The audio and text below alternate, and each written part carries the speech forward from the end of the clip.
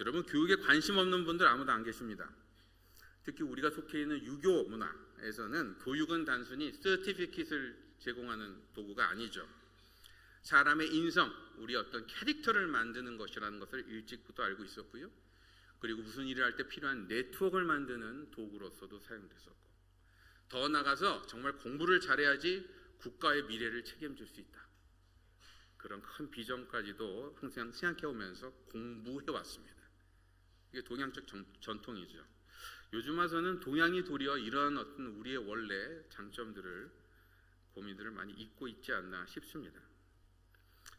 우리 이민자들은 교육 문제에 또 민감합니다. 자녀들에게 우리가 한국에서 누릴 수 없는 미래를 주고자 여기 왔죠. 그러나 이렇게 우리가 나름대로 기대하고 호주에 왔지만 사실 호주도 교육의 문제가 없지 않습니다. 사실 교육 문제는 호주든 한국이든 세계 어디나 문제가 많습니다.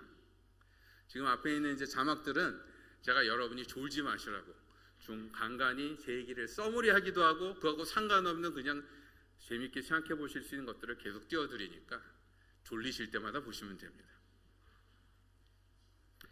여러분, 문제를 정확히 진단하지 않고선 답을 찾을 수가 없습니다. 지금 저희가 만나고 있는 교육의 문제를 보여주는 세 개의 에피소드를 먼저 이런 것 좀 나누려고 합니다. 첫째는 최근 논란이 되고 있는 셀렉티브 스쿨 테스트 문제에 대한 디베이트들을 좀 얘기를 해보려고 합니다. 또 하나는 여러분도 보신 적이 있지만 테드라고 하는 렉처링 프로그램이 있어요. 유튜브에 많이 나오고. 근데 그 프로그램 중에 앤더슨이라고 하는 교육학자가 우리에게 챌린지한 내용들을 갖고 생각을 해보려고 합니다. 마지막으로는 최근에 호주 정부가 아이들에게 가르치려고 하는 Safe School이라고 하는 성정체성 프로그램, 그 젠더 에듀케이션 프로그램에 대해서 좀 생각을 해보려고 합니다. 이 얘기는 사실 굉장히 호주에서 벌어지는 이야기들이긴 한데 지금 우리가 갖고 있는 전체, 한국이든 미국이든 호주든 어디든 상관없이 우리가 겪고 있는 교육 문제의 코어들을, 핵심들을 잘 보여줍니다. 첫 번째, 자, 지난 7월 19일자 시드니 모닝 헤럴드를 보신 분들은 아마 보실 수 있었을 거라고 생각됩니다. 거기에 보면은 셀렉티브 학교 논쟁에서 놓치고 있는 핵심이라는 기사가 나왔어요. 이 기사가 나온 이유는 뭐냐면 최근 한 대학 연구소에서 발표된 연구 리서치 결과에 보면 셀렉티브 스쿨들이 사회 교육적 특권층들, 말이 좀 복잡한데 소시오 에듀케이셔널 프리빌리지 이렇게 얘기해요.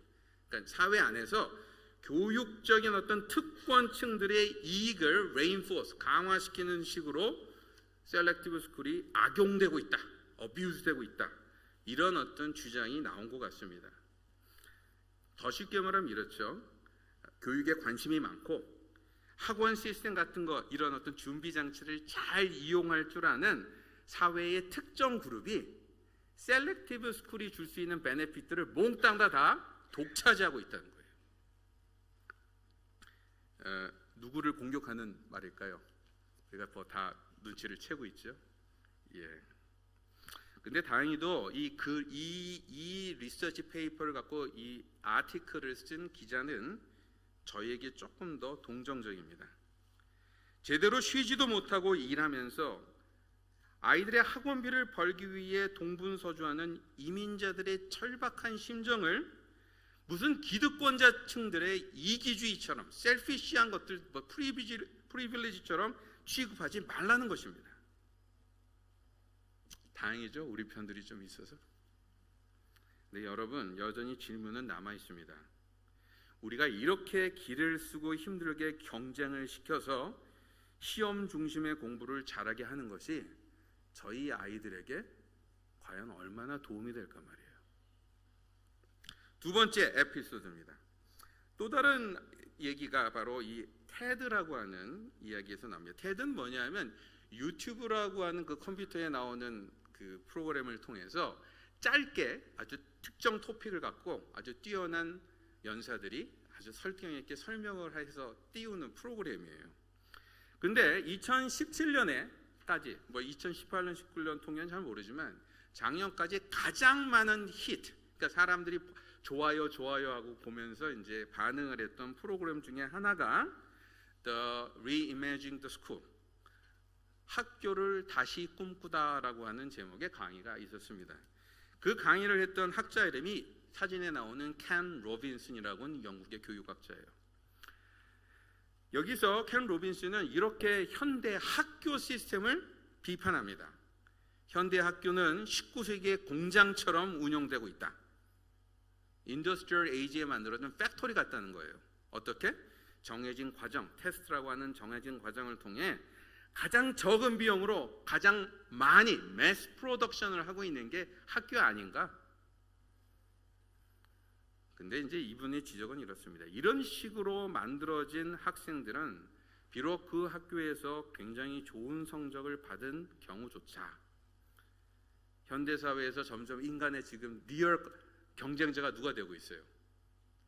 컴퓨터와 인공지능 같은 것들이잖아요. 이런 것들의 경쟁에서 별로 우위가 없다는 거예요. 장점이 없다는 거예요. 잘 살아남을 가능성이 없다는 거예요. 왜냐하면 이런 어떤 시스템 안에서 잘 길러졌다 하면 이건 뭘 뜻하냐면 이미 정해진 규정에 잘 순종적이고 서미시브하고 그리고 주어진 문제를 별로 셋 포뮬러에 따라서 주어진 답에 따라서 잘 풀어내고 옆에 있는 사람들을 같이 협력하고 도울 사람보다는 경쟁에서 내가 이겨야 될 경쟁자로 보는, 그래서 잘 살아남는 이런 식으로 만들어진 우리의 아이들이 과연 컴퓨터보다 더 잘 해낼 수 있냐? 이 질문을 하는 것입니다. 실제로 이 켄 로빈슨뿐만 아니라 많은 교육학자들이 지금의 학교 시스템 자체에 대해서 굉장히 걱정을 하고 있습니다. 왜요? 정말 이 21세기에 정말 필요한 버추들, 내용들, 능력들을 학교가 만들어내고 있지 못하기 때문에 그렇습니다. 이들이 꼽고 있는 21세기에 필요한 교육의 퀄리티들은 이런 것들입니다. creativity, 창조성이에요. 그리고 자발적 탐구, self-initiated the research, 무슨 문제가 있으면 자기가 알아서 문제를 찾아내고 답을 구해낼 수 있는 능력, 혹은 cross-cultural communication, 다른 배경이나 다른 생각을 가진 사람들과도 잘 대화를 해서 설득도 하고 그 내용을 파악할 수 있는 능력들, 그리고 collective cooperation, 공동체 안에서 서로를 협력을 하면서 일들을 만들어낼 수 있는 능력들. 근데 이 얘기들은 사실 최근에만 나오는 챌린지는 아닙니다. 오래전부터 이런 챌린지들을 많이 했었어요, 학자들이. 근데 여러분도 알다시피 최근에 20년 뒤에 없어질 잡 리스트라고 하는 것을 뉴스에서 보신 분이 계실 것입니다. 거기 보면 참 많이 없어져요. 구체적으로 뭐가 없어지는지 신경 쓸 필요도 없습니다. 그냥 많이 없어집니다. 우리가 우리 아이들을 지금 이런 상태로 계속 키우는 게 그 상황에서 어떤 답을 줄지 참 걱정입니다. 마지막 포인트입니다. 마지막으로는 최근에 논쟁이 되고 있는 세이프 스쿨 프로그램에 관한 이야기입니다. 세이프 스쿨 프로그램이란 2010년에 멜번의 라트롭 유니버시티에서 개발된 일종의 젠더 에듀케이션 프로그램이에요. 이 프로그램은 이렇게 얘기를 합니다. 사람의 성 그러면 젠더 그러면 보통 우리는 남자 여자로 나누잖아요. 근데 더 이상 그렇게 보지 않고 그냥 모든 사람은 남성적, 여성적 요소를 다 갖고 있고 정도의 차이만 있다고 설명을 합니다. 그렇게 되면은 동성애자도 사실 별로 이상한 건 아니에요. 그 스케일이 한 중간 정도에 이렇게 머물러 있는 사람일 뿐이니까. 남자는 원래 양성을 다 갖고 있을 수 있는데 남자 쪽이 조금 더 강한 사람이겠죠. 묘한 얘기입니다. 근데 이 얘기의 핵심은 동성애자들, 동성애 특히 학생들이 이상하게 취급받고 불링 당하는 걸 막기 위해서 만들어진 교육 프로그램이에요. 왜냐하면 최근까지도 사실 하이스쿨이나 학교에 보면은 이 동성애하고 관련된 불링 문제들이 사실 심각했거든요. 그것 때문에 자살하는 아이들도 꽤 있었습니다. 그러니까 이걸 막기 위해서 나름대로 학교에서는 방법을 찾은 거죠. 이 프로그램은 2013년에 전 호주 전역에 적용이 됐다가 또 2017년에 와서는 뉴사우스웨일스, 웨스턴 오스트레일리아, 퀸슬랜드 같은 몇 개 주에서 이건 조금 더 좀 너무 레디컬하다라고 생각을 해서 이제 더 이상 쓰기를 거부해 지금에 이르고 있습니다. 왜냐하면 이들이 보기에는 학교에서 학대나 차별을 막는 것은 중요하지만 성이라고 하는 definition, 무엇이 남자냐 무엇이 여자냐 하는 그 데피니션까지 바꾸려고 하는 것은 좀 너무 무리한 주장이다라고 생각을 했기 때문에 그렇습니다. 근데 여러분도 알다시피 지금 이 분위기가 또 바뀌기 시작하고 있어요. 뭐 때문에? 동성애 결혼 합법화 이슈가 통과되고 나서 훨씬 더 강력하게 이런 종류의 에듀케이션들을 해야만 되는 프레셔들이 지금 학교 시스템 안에 주어지고 있습니다. 이게 뭘 말하는 것 같습니까? 이제 우리가 그냥 당연하게 여기던 것들조차 더 이상 당연하지 않게 된 우리 호주 사회를 말하고 있는 것입니다. 다시 말해 우리가 자연히 알아서 우리 아이들이 그 정도는 그렇게 생각하겠지 싶어 했던 이런 것들이 더 이상 그런 식으로 교육되지 않게 되었다는 것을 말해주는 사건이라는 거예요. 여러분, 이 세 개의 사건이 각각 나름대로의 방법으로 지금 우리가 처해 있는 교육 상황의 위기들을 보여줍니다. 가장 오래된 질문이 첫 번째 질문이에요. 어떤 거요? 우리 아이들 어떻게 하면 공부를 잘 시킬까? 아주 오래된 질문입니다. 물론 여기 계신 분들은 또 답도 알고 계시죠. 좋은 성적표를 가져오면 부모는 기쁩니다. 그렇지만 우리가 솔직히 인정해야 될 것은 우리 주변에 보면 젊었을 때 공부 다 잘했다고 지금은 다 잘 나가고 있지 않죠. 공부가 전부가 아닙니다. 애들 성적 때문에 우리가 잔소리는 자연스럽게 하게 되지만 성적이 좀 안 나온다고 해서 좀 못한다고 해서 지구가 멸망할 것처럼 인상 짓고 있을 필요는 전혀 없다는 것입니다. 그러나 그럼에도 불구하고 중요한 것은 이것입니다. 성격과 상관없이 아이들이 이 사회에서 건강하고 제대로 살아나기 위한 기본적인 버추나 스킬들은 과연 갖추고 있는가? 이 질문은 해야 돼요. 어떤 거요? 정보를 접하고 해석해낼 수 있는 능력이요. 베이직 리트러시라고도 얘기합니다. 베이직 뉴머러시도 마찬가지예요. 요즘은 수학하고 관련되지 않은 게 거의 없으니까 그런 베이직 스킬들은 있어야 돼요. 혹은 숙제가 주어지면 제 시간에 숙제 맞출 줄 알아야죠. 그거 못하는 사람들은 나중에 커서 직장에 가서도 문제를 만듭니다. 일 시켜놓는데 시간을 못 맞추거든요. 그런 일들이요. 대화 능력이요. 자기하고 다른 사람이 있으면 막 싸우고 막 갈등하는 게 아니라 그런 사람들에게 저 사람은 도대체 뭔 얘기를 하는지 들어보고 또 내가 갖고 있는 생각들을 잘 설명할 수 있도록 얘기하는 능력, 이런 능력들이 필요합니다. 성적과 상관없이 우리의 아이들이 이런 능력을 제대로 갖췄는지는 저희가 어떻게 하든 확인하고 채워 넣어야 돼요. 거기는 옵션이 없습니다. 두 번째 나와 있는 켄 로빈슨의 얘기는 좀 더 심각한 이슈를 던집니다. 학교가 좋든 안 좋든 학교 시스템 자체가, 교육 시스템 자체가 뭔가 우리의 필요한 것들을 채워주지 못하고 있다, 이 말을 하고 있는 것입니다. 물론 켄 로빈슨은 이 얘기를 하면서 이제 교육이, 학교가 더 창조성을 강조하는 크리에이티브 드리븐 커리큘럼을 만들려고 격려를 하지만 어쨌든 아직까지는 이런 학교들은 그렇게 많지 않습니다. 이 말은 저희가 학교에 다 알아서 학교에서 잘 해주겠지라고 믿어서 끝날 문제가 아니라 어떤 부분들은 우리가 직접 챙기고 신경을 써야 될 숙제들이 남아 있다는 것을 말합니다. 근데 여러분, 창조적인 사고를 하게 하고 능동적인 자세로 살고 책임을 잘 지고 대화를 잘할 수 있는 능력을 키우는 것, 이거는 사실 생각보다 어렵기도 하지만 또 나름대로 집에서 할 수 있습니다. 왜요? 여러분, 제가 말씀드린 이런 종류의 스킬들은요, 대부분 형제들과의 관계, 부모와의 관계, 자기 주변에서 일어나는 잡다구레한 아주 자질구레한 집안에서의 분위기를 통해서 거의 다 기초가 만들어집니다. 기초가 만들어져요. 바로 이 점 때문에 너무 걱정하실 필요가 없습니다. 가정을 통해서도 해결될 방법이 있다는 거예요. 근데 21세기가 필요한 이러한 능력을 갖고 있다고 해서 아이들이 과연 행복할까? 다 그렇지만은 않습니다. 우리는 21세기에 가장 잘 적응을 했다는 그룹들 속에서도 여전히 굉장히 많은 정신적 질환과 문제들을 고통하는 모습을 발견합니다. 최근에 캘리포니아 주립대학에서 미국 실리콘밸리 지역에서 일하는 사람들의 정신건강 문제를 리서치한 적이 있어요. 인구의 30%가 우울증을 앓고 있습니다. 여기서 말하는 우울증은 그냥 우울증 증세가 있다는 게 아니라 프로젝 같은 약을 먹어야 될 만큼 우울증, 심중증을 앓고 있다는 뜻이에요. 그리고 전 인구의 79%가 자기나 자기 주변에 정신질환자를 갖고 있습니다. 무슨 말인가 하냐, 나는 안 걸렸어도 내 주변에 정신질환자들이 우글우글 거린다는 거예요. 여러분, 실리콘밸리는 21세기에 가장 잘 적응한 사람들이 모여있는 곳입니다.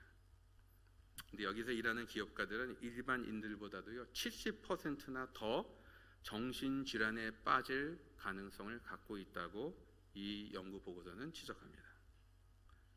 이게 뭘 말합니까? 여러분, 켄 로빈슨의 얘기들을 받아들여서 우리가 21세기에 변하는 산업구조에 맞도록 우리 아이들을 가장 완벽하고 가장 창조적으로 교육할 수 있다 치더라도 그 아이의 마음속에 무엇이 들어있고 그의 영혼과 그의 정신이 어떤 상태에 있느냐에 따라서 그 인생이 전혀 행복하지 않을 수 있다는 것을 말하는 것입니다. 바로 이 점에서 우리가 얘기한 세 번째 아까 예가 앞에 두 가지 문제를 푸는 굉장히 중요한 프리서포지션 역할을 합니다. 그리고 이건 사실 기독교인들이 싫어하는 가장 심각한 문제이기도 해요. 저희가 호주에 올 때는 그래도 한국보다 호주가 훨씬 기독교적이라고 기대하고 오지 않았습니까? 예. 근데 운동장이 넓은 건 사실인데 호주가 한국보다 더 기독교적인지는 저희가 확실히 말할 수가 없습니다. 왜? 특별히 이번 동성애 결혼 문제 같은 것들을 통해 볼 때 일반 사람들이 도대체 무슨 생각을 하는지가 생각보다 우리의 허를 혹은 우리의 상상과 좀 다를 수 있다는 것이 나타났기 때문에 그래요. 물론 그리스도인들은 세상을 살아가면서 비기독적인 가치관과 자꾸만 부딪힙니다. 신앙을 가지면 그런 갈등들을 가지게 돼요. 그러나 최근의 사건은 우리에게 이런 얘기를 하고 있습니다. 그동안 저희가 좀 긴장을 풀었던 모양인데 여러분, 우리는 비기독교적 문화 속에 살고 있습니다. 우리의 아이들을 잘 키우기 원한다면 문화 안에서 벌어지는 일들에 대해서 우리가 이제 신경을 안 쓸 수 없습니다. 이 얘기를 하고 있는 것입니다. 자, 그렇다면 이 문제를 풀기 위해서 어떻게 하면 좋을까요? 머리가 아프니까 그냥 남들 하는 대로 보고 알아서 처리하도록 기다려 볼까요? 아니면 학교 다 때려치고 저희가 홈스쿨링이라도 따로 시켜야 될까요? 아니면 기독교 학교에 보내면 뭐 답이 하나 나올까요? 사실 여기에는 간단하고 쉬운 답은 없습니다. 저도 우리 아이들을 기독교 학교에 보내봤지만 기독교 학교라고 모든 답을 전혀 주지 않아요. 거기도 거기 나름대로의 또 다른 숙제들이 있습니다. 오늘 이 자리에서는 앞에서 말한 두 가지 문제는 잠시 미루고 세 번째 문제에 집중할 것입니다.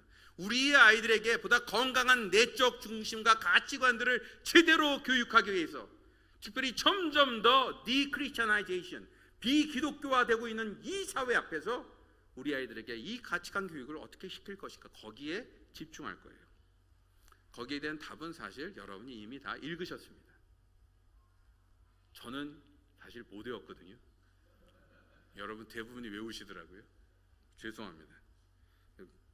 로마서 12장 2절을 다시 한번 저에게 보여주시기 바랍니다. 외우신 실력을. 시작. 네. 아멘.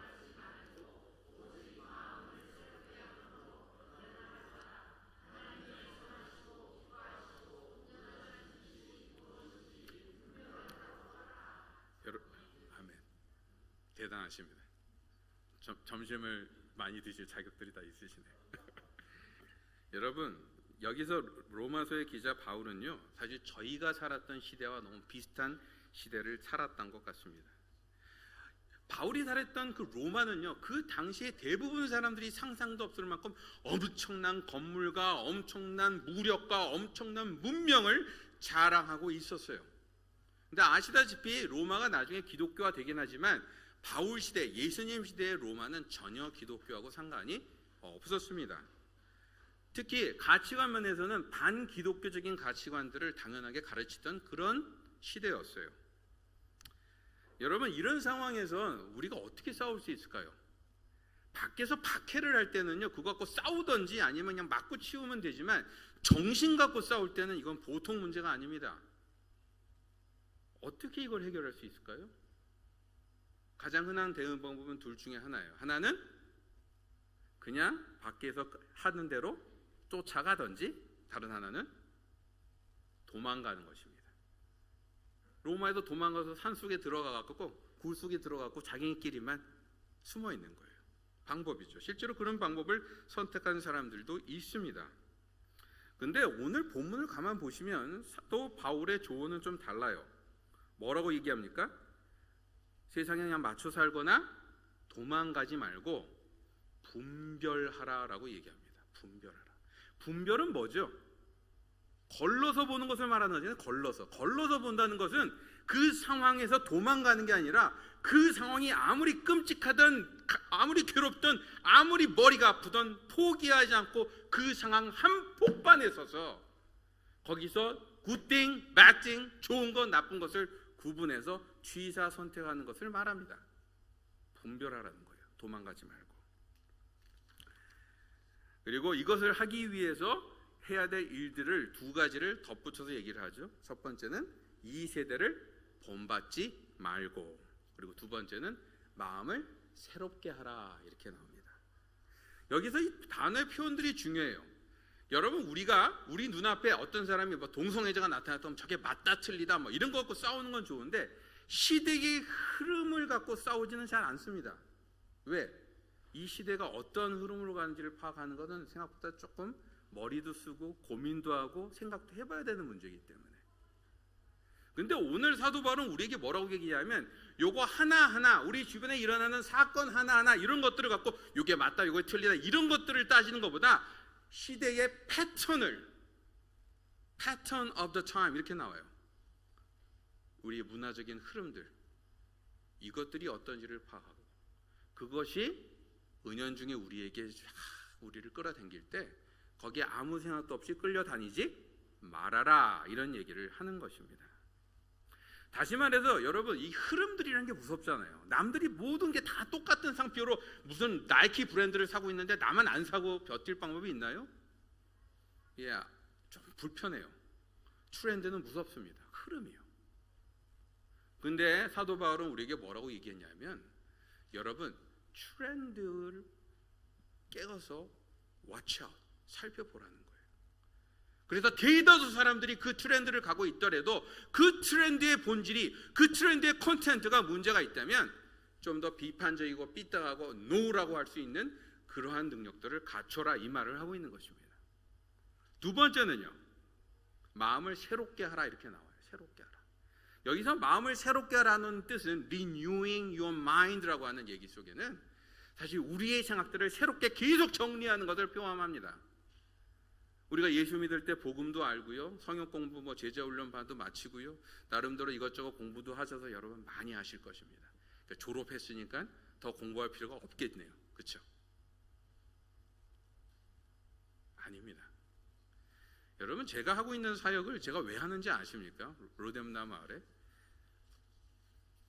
제가 공부를 해야 되기 때문에 합니다. 계속해서 제가 말씀을 연구하고 공부하는 도전들을 하지 않으면요, 저도 모르는 사이에 예수 그리스도의 복음을 내가 편한 방식으로 짜집기 하고 해석하고 그거 맞춰갖고 생각하고 있을 때가 너무 많아요.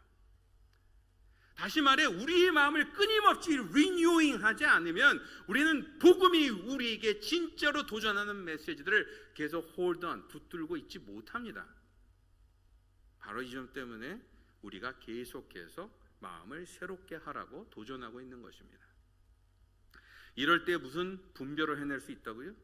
하나님의 선하시고 기뻐하시고 온전하신 뜻을 우리가 구별해낼 수 있다, 이렇게 얘기를 할 수 있는 것입니다.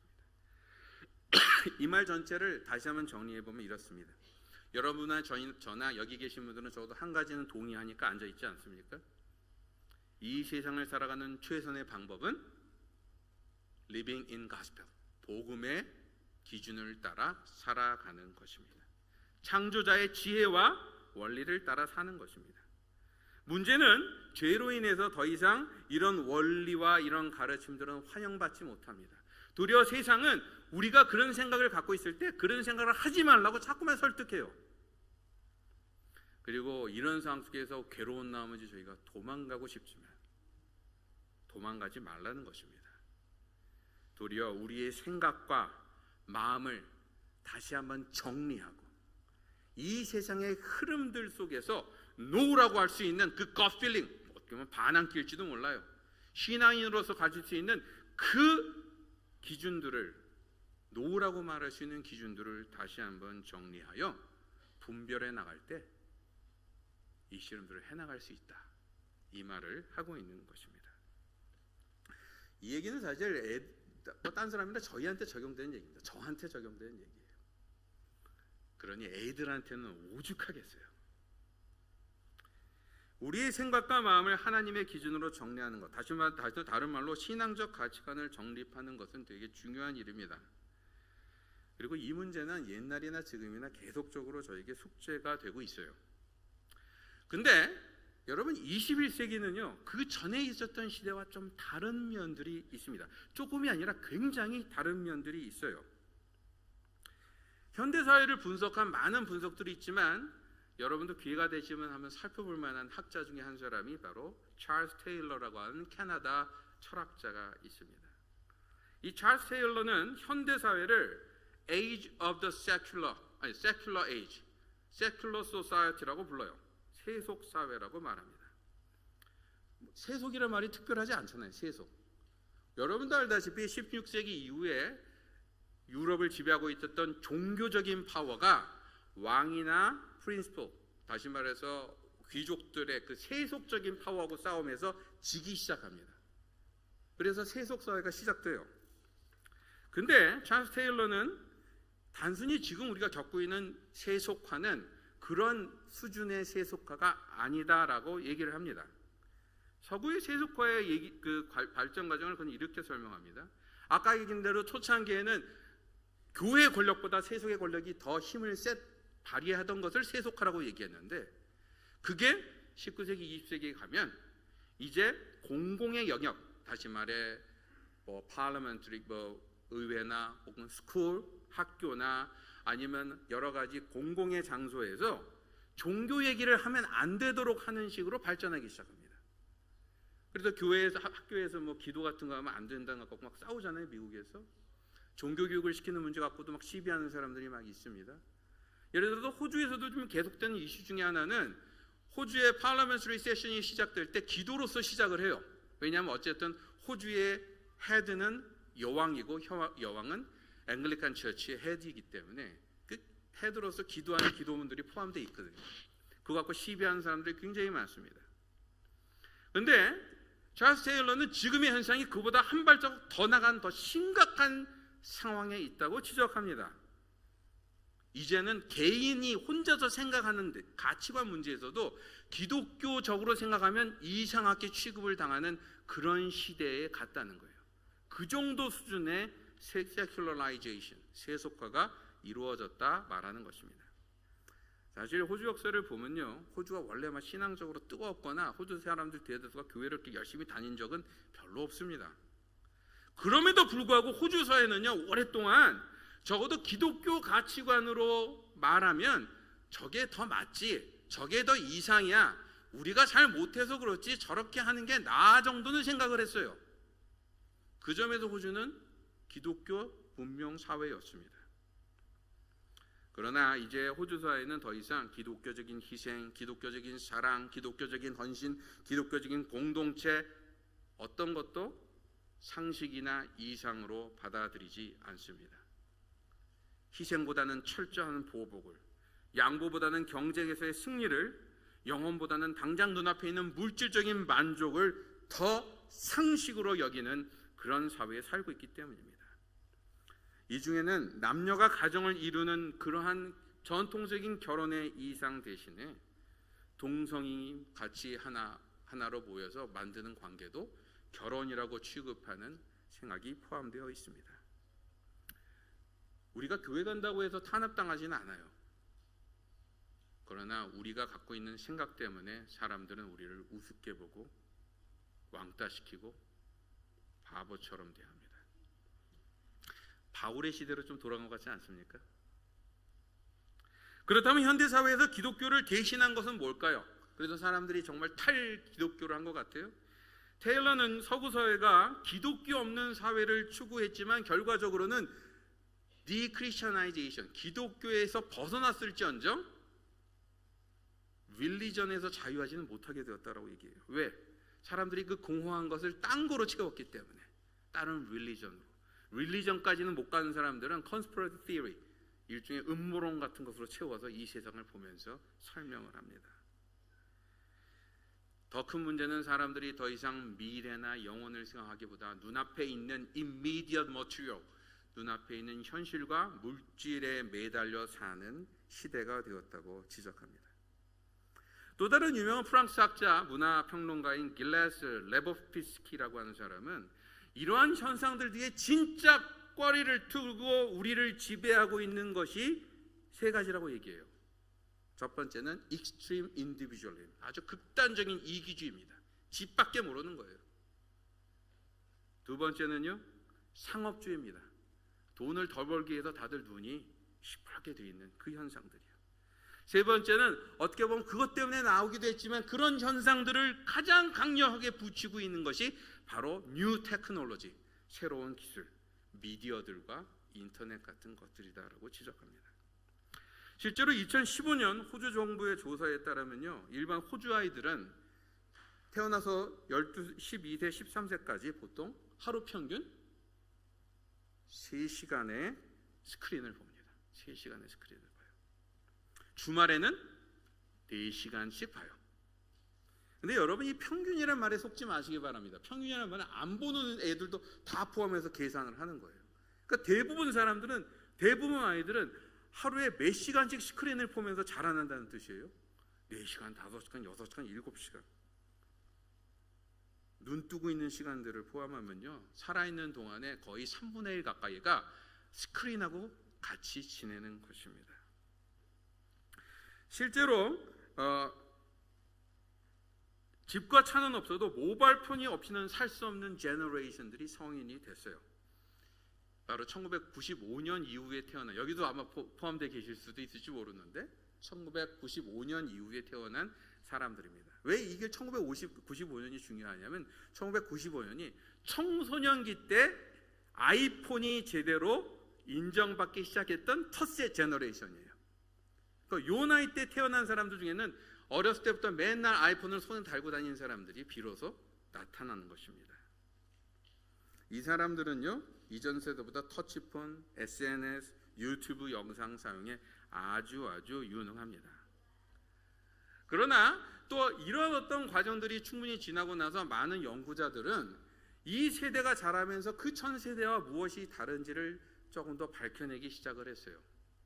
좋은 점도 물론 있겠지만 몇 가지 굉장히 심각한 우려할 만한 특징들도 발견됩니다.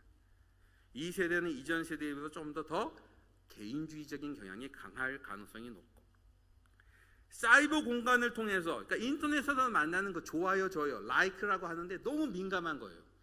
생전에 한 번도 본 적도 없는 그 사람들이 좋아요라고 눌러주고 인정해 주는 거에 너무 신경을 쓴 나머지 그것 때문에 목숨을 걸고 자살하는 아이들까지 생길 정도입니다. 그리고 아이들이 게임 문화에 점점 익숙한 나머지 문제를 진욱하게 인내심을 갖고 풀지를 못해요. 왜? 여러분, 게임 해보신 분 여기 계십니까? 게임 좋아하세요? 게임은 플레이하다가 잘 안 되면 어떻게 하면 돼요? 리셋을 하면 됩니다. 껐다 키면 돼요. 게임은요, 다시 얼마든지 할 수 있습니다.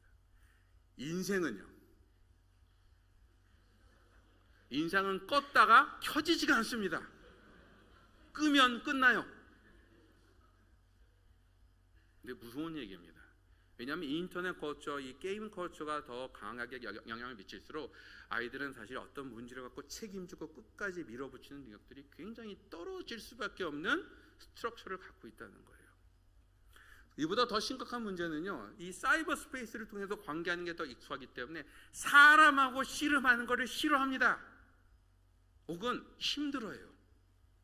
안 그렇겠어요? 원래 이미지로만 보면 내가 좋아요 혹은 뭐 텍스트로 하면 제가 듣고 싶은 것만 보면 되잖아요. 근데 진짜 사람은 어떻습니까? 좋을 때나 나쁠 때나 짜증날 때나 만나서 씨름해야 될 일들이 많죠. 진짜 사람을 만나는 일은 쉽지 않습니다. 문제는 우리는 사람을 만나도록 되어 있는 존재들입니다. 관계하도록 되어 있는 존재들이에요. 진정한 대인관계들을 할 수 있는 능력이 떨어졌다는 것은 굉장히 심각한 문제를 의미합니다. 바로 이 때문에 이 1995년에 그걸 아이 제너레이션이라고 특정 학자 조안 트웬지라고 하는 여자 학자는 부르는데, 이 사람이 얘기하기에 통계적으로 이 그룹의 아이들이 우울증과 자살률이 훨씬 더 높고, 무조건 위험을 피하고자 하는 그 보신주의, 너무 이제 그 세이프티 obsession도 너무 강하고, 그러다 보니까 어떤 문제 앞에서 크리티컬하게 보고 비판적으로 보고 좀 정확하게 분석하고 이런 것들보다 그냥 뭐 I don't know, I don't care, I'm not interested, 무관심이나 그냥 무조건 순종적으로 따라가는 태도까지도 훨씬 많다고 지적합니다. 근데 여러분, 진짜 아이러니는 뭔지 아십니까? 이러한 변화를 이끌고 있는 인터넷 기업들의 리더들이나 미디어 엘리트들은 신문 기사에 보십시오. 자기 자녀들에게 아이폰도 제대로 마음대로 못 갖고 놀도록 해요. 다시 말해서 이러한 미디어들을 나름대로 셀프 디서플린, 절제해서 다룰 수 있도록 굉장히 애를 씁니다. 텔레비전 쇼로 그렇게 돈을 번 오프라 윈프리 집에 가면 텔레비전이 없어요. 굉장히 쇼킹하지 않습니까? 이런 얘기가 있습니다. 먼저 남을 지배하려면 먼저 남에게 지배당하지 않아야 한다. 무서운 얘기죠. 아마 이 미디어 엘리트들이 이런 생각을 하고 있지 않은가 하는 걱정이 좀 듭니다. 또 다른 우리 21세기의 심각한 문제는 바로 커머셜라이제이션, 상업 문화입니다. 여러분도 들어본 적 있는 프란시스 후쿠야마라고 하는 정치학자는 1989년에 소련의 공산주의가 몰락하는 것을 보면서 이제 지구의 모든 역사는 자유민주주의, 리버럴 데모크라시로 모든 게 전부 다 결론이 이루어지게 돼 있다. 이게 이제 인류의 답이다. 이렇게 얘기를 했어요. 근데 이 사람도 요즘 생각이 좀 바뀐 것 같고, 저는 중국을 보면 결국 이 세상을 지배한 것은 자유민주주의가 아니라 자본주의 같아요. 돈 버는 거예요. 그렇죠? 돈 참 중국 잘 법니다. 실제로 돈은 우리 사회를 평가하고 지배하는 이제는 거의 유일무이한 수단이 되어버렸습니다. 사실 우리가 뭐 미디어에 나오는 선정성, 어떤 섹슈얼 이미지나 뭐 과도한 바이런스 이런 거 걱정하지만, 그런 것들도 사실 그 뒤에는 뭐가 있냐면 조금이라도 사람들에게 돈을 더 벌어내기 위해서 사람들이 좋아하는 것들을 부추기는 그 커머셜라이제이션, 상업화의 구조가 그대로 반영된 결과입니다. 물론 여러분, 돈이 중요하지 않았던 시대는 없었어요. 그러나 여러분, 우리 시대는 사실 과거의 어떤 역사보다도 풍요한 시대입니다. 저와 여러분이 매 끼에 먹는 밥 속에 조선의 왕도 맛보지 못한 향료들이 가득하다는 사실을 아십니까? 저희가 왕처럼 먹고 살고 있어요. 물론 제 느낌은 그런 느낌은 잘 안 나지만 왕처럼 먹고 살고 있어요. 이 정도 채워지면 만족할 만도 한데, 늘어나면 늘어날수록 더 갖고 싶어하고 더 누리고 싶어하고 더 편한 것을 찾습니다. 그리고 이것을 찾기 위한 경쟁도 점점 더 심해집니다. 여러분, 이런 경쟁이 심해지면 물건을 팔 사람들이 많아지니까 경쟁이 심해질 거 아니에요. 그냥 우리 물건 좋으니까 사세요 이렇게 말한다고 살 것 같아요? 안 그렇습니다. 그래서 이제는 조용히 광고가 나오지 않고요, 사람들을 설득하기 위해서 심리학을 사용하고 오만 수단과 방법을 다 동원합니다. 원래 미국의 큰 대기업들 같은 데서나 사용하던 그러한 마케팅 기술이나 사이콜로지컬 머니플레이션, 심리학적인 어떤 사람들을 몰래 작동시켜 갖고 물건을 사게 하는 기술들이 이제는 동네 가게를 운영할 때도 적용이 돼요. 우리가 이런 시대에 살고 있습니다. 때문에 우리는 과거 세대가 경험할 수 없는 정보의 홍수, 광고의 홍수 속에 살고 있습니다. 바로 미디어를 통해서 쏟아지는 수많은 광고들이에요. 그리고 요즘에는 광고들이 우리를 설득하기 위해서 단순히 이 물건은 이런 퀄리티가 좋습니다 이렇게 얘기하지 않고요. 당신이 정말 부자처럼 누리고 살고 싶다면 이 물건을 사지 않으면 당신은 왕따가 될 거예요. 이런 식의 메시지로 광고를 합니다. 그걸 우리가 라이프 월드뷰 어프로치라고 얘기해요. 사람들에게 물건 자체가 아니고 물건 자체가 의미하는 어떠한 소셜 스테이투스, 사회적 지위나 명예 같은 것을 번쩍 던져갖고 그 물건 안 사면 되게 꿀리도록 만드는 거예요. 빚을 내서라도 사야 될 것 같은 느낌을 막 주는 거죠. 여러분, 바로 이 점 때문에 지금 우리가 접하는 광고들은 그전하고 좀 다릅니다. 수많은 광고들이요, 나름대로의 월드뷰, 가치관들을 담고 그것을 갖고 우리에게 이렇게 사는 게 더 좋아, 저렇게 사는 게 더 멋져, 요게 답이야, 그 얘기를 외치고 있어요. 참다운 자유란 성적 만족을 의미하는 것이다, 그런 메시지가 담길 때도 있고요. 남들은 어떻든 나만 편하면 그게 장땡이야, 최고야, 이런 메시지가 담겨 있을 때도 있고요. 그리고 동성애를 정말 쿨한 삶의 이상형처럼 말하는 메시지가 담겨 있기도 합니다. 여러분, 이런 종류의 메시지, 이런 종류의 월드뷰 어프로치는 이제는 단순히 물건 파는 사람들만 쓰는 게 아니고요, 정치 정당들, 폴리티컬 파티들도, 사회 단체들도, 하다못해 체리티 오거나이제이션들도 우리의 도네이션을 얻기 위해서 이런 방법들을 사용하고 있습니다. 이러한 가치관들이 우리 주변을 덮고 있고, 덕분에 우리는 쇼핑센터에 갈 때마다 무엇을 살지 더 고민하고 방황하고 더 많은 시간을 웨스트필드 파킹장에다가 들어붓고 있습니다. 저희가 그런데 우리 아이들은 도대체 어떨까요? 저희만 해도 이게 이렇게 힘들고 혼란스러운데, 미국의 레드크로우 마케팅이라는 광고 회사는 미국인들이 하루 평균 4,000개에서 10,000개 정도의 광고를 접하고 산다, 이렇게 말하고 있어요. 물론 이거는 광고 회사가 하는 말입니다. 그러니까 그렇게 광고를 많이 접하니 자기 광고 회사를 쓰세요라고 얘기하는 거예요. 과장이겠죠. 근데 저와 여러분이 다 아는 것은 이제는 버스 정류장에 가도 광고, 길거리에도 광고, 우편통에도 광고, 텔레비전에도 광고, 컴퓨터에도 광고. 교회만 광고가 있나요? 저기 하나 있네요. 광고가 없는 데가 없습니다. 광고가 없는 데가 없어요. 드라마 속에서도 광고가 나와요. 그걸 뭐라 그러죠? PPT라 그러나요? PPA? 예, PPL. 그래서 갑자기 주인공이 생뚱없이 갑자기 상표를 보여주면서 음료수를 막 마십니다. 왜 거기서 그걸 마시는지 이해가 안 가는데 막 마시면서 시원하네요, 그리고 내려놔요. 상표가 이렇게 보이도록. 우리가 인터넷을 쓰기 좋아하지만 인터넷에 있는 수많은 정보들은 사실 이러한 수많은 광고들을 깔고 움직입니다. 광고의 시대예요. 이런 상황에서 아이들이 유행에 민감해지고 이러한 광고들이 설파하는 가치관들이 휘둘리는 것은 전혀 의외의 상황들이 아닙니다. 당연한 거예요. 그래서 가장 시급한 일은 아이들이 이러한 메시지들을 구분해낼 수 있는 분별력을 갖추게 하는 일입니다. 근데 아이들한테 우리가 갑자기 이것을 오늘부터 캠프 집중훈련 시킨다고 생겨요? 이런 판단이 저희도 헷갈리는데 생기지 않습니다. 시간이 필요해요. 바로 그 점 때문에 우리 부모들은 먼저 해야 될 것은요, 우리 아이들이 미디어에 너무 많이 노출되는 것을 절제하셔야 합니다. 왜? 우리가 아이들에게 조금이라도 더 그런 내용들을 가르쳐주고 설명하기 전에 아이들의 머릿속을 벌써 이러한 광고들이 주는 메시지로 가득 채워버리고 나면 저희가 나중에 발버둥 쳐도 우리의 것을 전달하기가 너무 힘들어요. 바로 그 점 때문에 여러분께서도, 저도 역시 그 고민을 하지만 저희가 했던 수단과 방법을 다해서 조금이라도 덜 인터넷 보여주고 덜 컴퓨터에 익스포즈하고 덜 미디어에 아이들이 가도록 우리가 고민해야 합니다. 그리고 만약에 그걸 막을 수 없다면 시간을, 에너지를 집중하셔서 그 접하는 정보들을 아이들이 조금이라도 걸러볼 수 있도록 도와주시고 코칭해 주시고 격려해 주셔야만 된다는 거예요.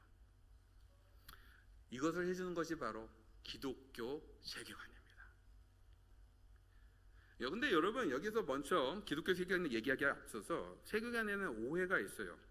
사람들은 세계관 그러면 철학처럼 생각을 합니다. 거창하죠. 그래서 여러분 세계관이 있으십니까? 이렇게 물어보면 저는 그런 복잡한 생각 안 하고 삽니다. 얘기들을 할 때도 많아요. 그러나 모든 사람들은 나름대로 세상을 살아가면서 자기 나름대로의 기준들이 있고 생각들이 있습니다. 아무리 생각이 없이 보이는 사람조차도 나름대로의 기준이 있다는 것입니다. 바로 이 점 때문에 세계관이 없는 사람은 없어요. 그것이 일관성이 없기도 하고 변덕이 심하기도 하고 아주 치밀하게 내용이 잘 잡혀 있지 않을 수도 있습니다. 그러나 우리가 세계관을 무시하면 안 됩니다. 왜냐하면 왜 광고들이요 물건을 팔 때 이 물건이 좋아요라고 말하지 않고 그런 어떤 세계관을 가지고 자꾸만 사람들을 설득할까요? 이런 라이프 스타일이 이상향이에요. 그리고 이렇게 살려면 이 물건이 필요해요. 이것이 훨씬 더 이 물건이 좋아요보다 사람들을 끌게 만드는 힘이 있기 때문입니다. 다시 말해 세계관은 삶의 모든 부분에 영향을 미치고 우리가 세계관이 잘 정리되고 일관성을 가질수록 그 사람은 셀프 컨피던스, 자신감과 자기의 아이덴티티, 정체성이 더 분명해지면서 굉장히 건강한 삶을 또 사는 부분들도 있어요.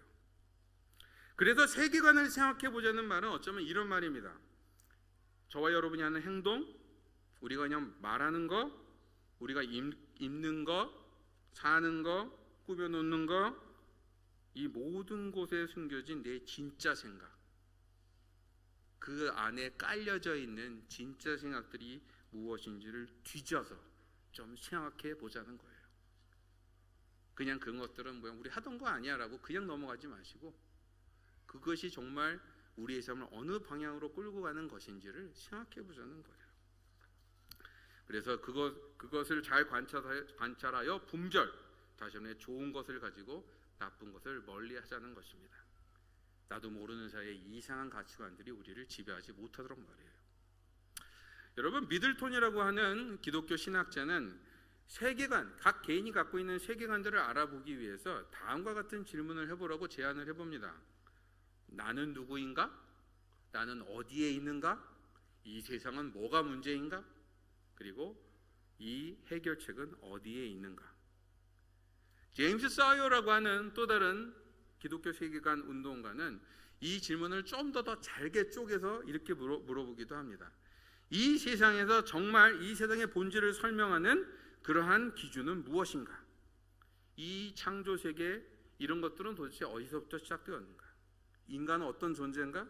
죽으면 어떤 일이 일어나는가? 우리가 뭔가를 알 수 있다고 말할 수 있는 것은 뭐 때문인가? 옳고 바른 것, 도덕의 기초는 무엇인가?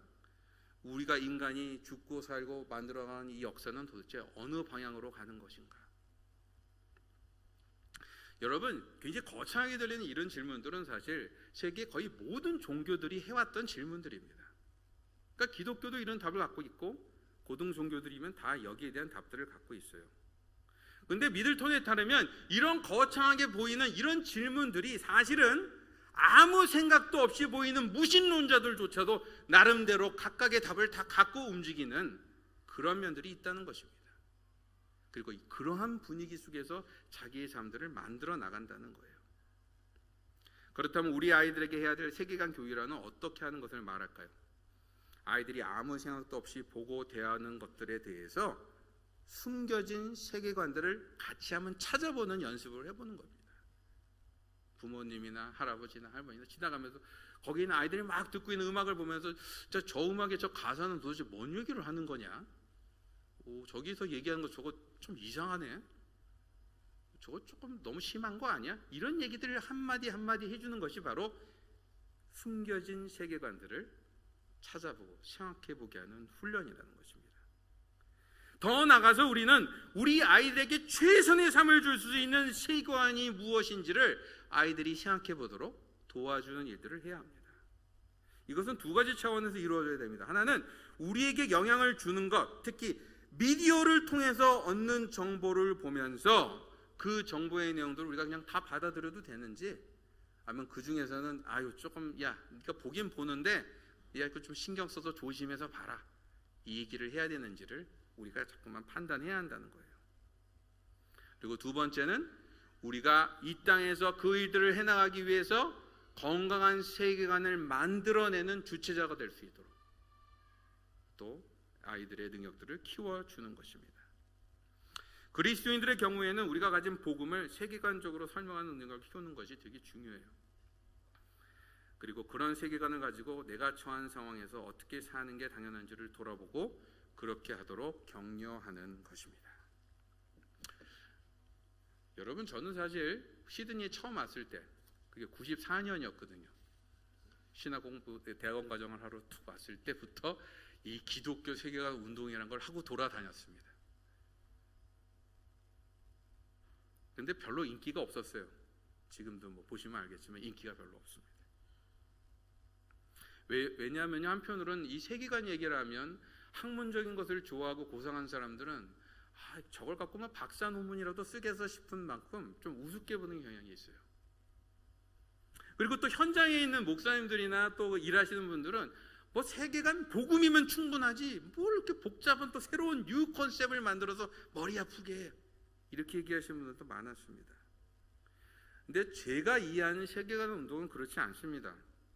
여러분, 기독교 세계관이란 복음의 또 다른 설명이에요. 그냥 복음을 교회 안에서만 아니라 우리 삶 전체에 갖고 있는 미닝과 어플리케이션들을 설명하는 그냥 방식 중에 하나입니다. 특히 나도 모르는 사이에 이 세계 여러 가지 다양한 세계관에 우리가 휘둘리지 않도록 내 생각들을 정리해서 그것과 코레스폰딩 되는, 비교될 수 있는 다른 세계관들의 특징들을 한번 찾아보면서 거리를 둘 건 두고 배울 걸 배우려고 하는 그런 씨름이었다는 거예요. 바로 그 점 때문에 저는 기독교 세계관은 그냥 복음이라고 생각합니다. 그 이상도 이해도 아니에요. 이 때문에 제대로 된 기독교 세계관 운동은 항상 성경이 말하는 하나님의 구원 역사 이야기를 기반으로 합니다. 그리고 성령의 도우심이 없이는 우리가 고민하는 것들이 이루어질 수 없다는 것을 고백할 줄 알아야 합니다.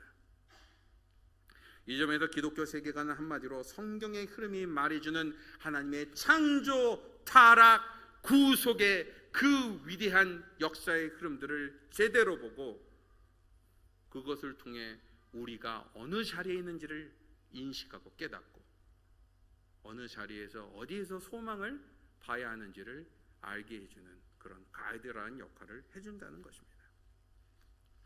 기독교 세계관은 현대사의 가장 중요한 두 가지 문제에 대해서도 효과적인 답을 제공합니다. 어떤 거요? 자기 파괴적인 이기주의요. 그리고 두 번째는 끝도 한도 없이 퍼져나가고 있는 이 상업주의적인 맘모니즘을 말하는 것입니다. 다시 한번 죄의 본질과 그 결과를 분명히 정리해주고 이를 바탕으로 우리를 유혹하는 세속적인 세계관들의 실체와 문제를 좀 더 분명하게 이해하게 도와주며 결과적으로 나 대신 하나님 중심으로 죄의 권세 대신 하나님 복음의 권세로 우리의 삶을 다시 정립해 나갈 수 있도록 도와주는 역할을 한다는 것입니다. 바로 이 점 때문에 세계관 질문을 갖고 우리가 우리의 신앙들을 답을 달아보는 훈련을 하는 것이, 또 그 질문을 갖고 다른 여러 가지 숨겨져 있는 세계관들을 찾아보는 것은 신앙생활에 굉장히 큰 도움을 줍니다. 기독교 세계관의 구체적인 내용들에 대해서는 다음 시간에도 조금 더 얘기를 할 테니까 그 프로젝터를 쭉 넘겨주시기 바랍니다. 여러분, 아까 읽은 로마서의 내용은 우리가 왜 이렇게 해야 하는지를 잘 설명합니다. 또 다시 한번 외워볼까요? 넘겨주시겠어요? 그 다음 시작.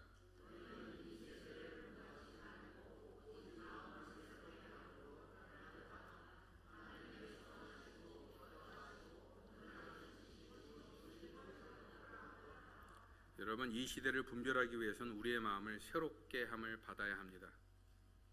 그리스도를 영접하고 복음 앞에서 계속하여 우리 자신들을 돌아보며 참 복음을 붙드는 것을 말하는 것입니다.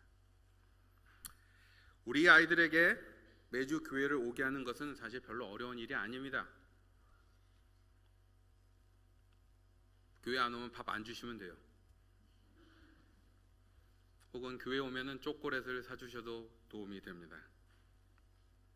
그러나 신앙생활은요, 종교 생활만이 아니에요. 교회에서 뭘 하는지를 아는 능력, 그게 신앙이 아니에요. 신앙은 건강한 삶의 방식을 말합니다. 우리의 생각, 우리의 관계, 우리의 내면, 이 모든 것이 가장 건강하고 창조자가 기뻐하시는 최선의 답으로 살아가는 것, 그것이 바로 신앙입니다. 이러한 생활 방식에 대한 세상의 도전과 유혹, 설득이 점점 더 강해지는 시대에 우리는 우리 아이들을 향해 세계관적인 방법들로 외부를 분석하고 우리의 복음들을 기독교 세계관적으로 전달하여 아이들이 분별할 수 있는 능력을 좀 더 갖출 수 있도록 도와주어야 합니다. 다음 시간은 이것을 구체적으로 어떻게 적용할 수 있는지에 대해서 얘기를 하겠지만 사실 답들을 여러분 알고 계세요. 아까도 얘기 드렸듯이 기독교 세계관은 앉아서 특강 3시간을 듣는다고 배워지는 내용이 아닙니다. 왜요? 문화이기 때문에. 여러분, 우리의 문화가 어떻게 만들어지는지 아십니까? 분위기가 만들어요. 할머니가 지나가면서 맨날 하시는 말씀 때문에 만들어지고요. 우리가 10년, 20년 동안 반복적으로 해왔던 습관 때문에 만들어지고요. 그냥 지나가면서 조금 더 조심하는 일들이 반복되면 만들어지는 것들입니다. 그 점에서 기독교 세계관 운동을 하자는 것은 다른 얘기가 아니라 우리네 가정과 우리의 관계 안에서 복음의 내용들을 더 소소하고 자주 평범하게 계속 나누고 얘기하고 그냥 지나치지 말고 우리의 주변 현상들을 생각해 볼 수 있도록 도전하는 것을 말합니다. 여러분, 오늘 시간이 굉장히 많이 지났죠. 고생하셨습니다. 그런데 두 개의 강의 중에 첫 번째가 맞춰졌습니다. 어떤 거요? 문제 진단이요. 근데 대부분 그렇지만 문제가 진단되면 답은 쉽게 나옵니다. 우리가 지금 문제가 어디 있는지를 좀 봤죠. 다음 시간에는 이어서 우리의 자녀들이 기독교 세계관 교육을 하기 위해서 구체적으로 뭘 해야 되는지, 특별히 호주가 지난 80년 동안 호주의 기독교 세계관 운동이 80년 동안 무엇을 했고 어떤 실패를 했고 그것을 교훈으로 우리는 무엇을 더 잘할 수 있는지, 해야만 되는지를 생각해보는 시간을 가지려고 합니다. 세계관의 전쟁 속에서 더 깊이 파묻혀 있는 우리 아이들을 제대로 도울 방법은 무엇보다도 먼저 세상을 그냥 나이브하게 아무렇지도 않게 아무 생각도 없이 보도록 놔두지 않는 것입니다. 실상을 분석하는 능력입니다. 그리고 최선의 답으로서 대안, 저와 여러분이 이미 알고 있는 그 대안을 조금씩 설명해 주는 것입니다.